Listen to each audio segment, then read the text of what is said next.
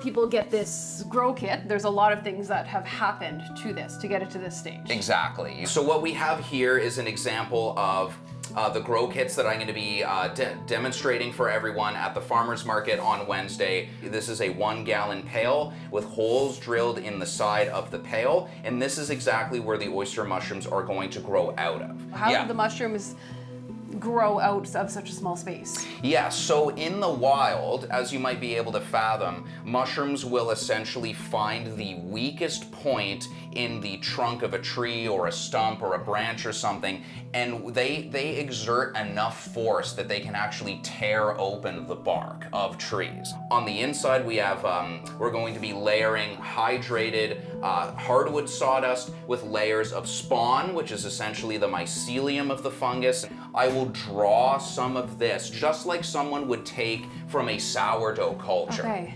And transfer some of that to make a new loaf of bread. And so this is self-perpetuating. Here I have various different species and strains of mushrooms in a variety of different levels of maturation.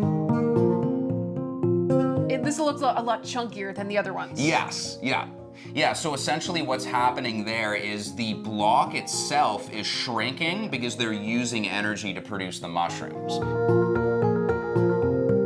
The lion's mane, for example, this one right here is mature and ready to be used. It will never get as white and as dense as the oyster mushroom mycelium. That's just the nature of how it behaves and how it grows.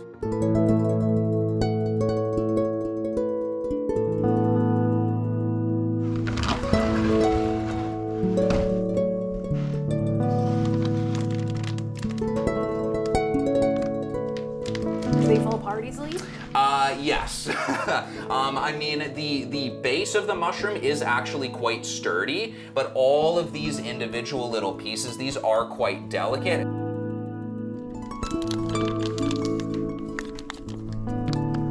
This is an example of a Pio mushroom. That one looks way more sturdy than the lion's mane. Yes. Yeah, so Piopinos, like I was saying, this is a variety that grows wild in southern Italy and the Mediterranean basin.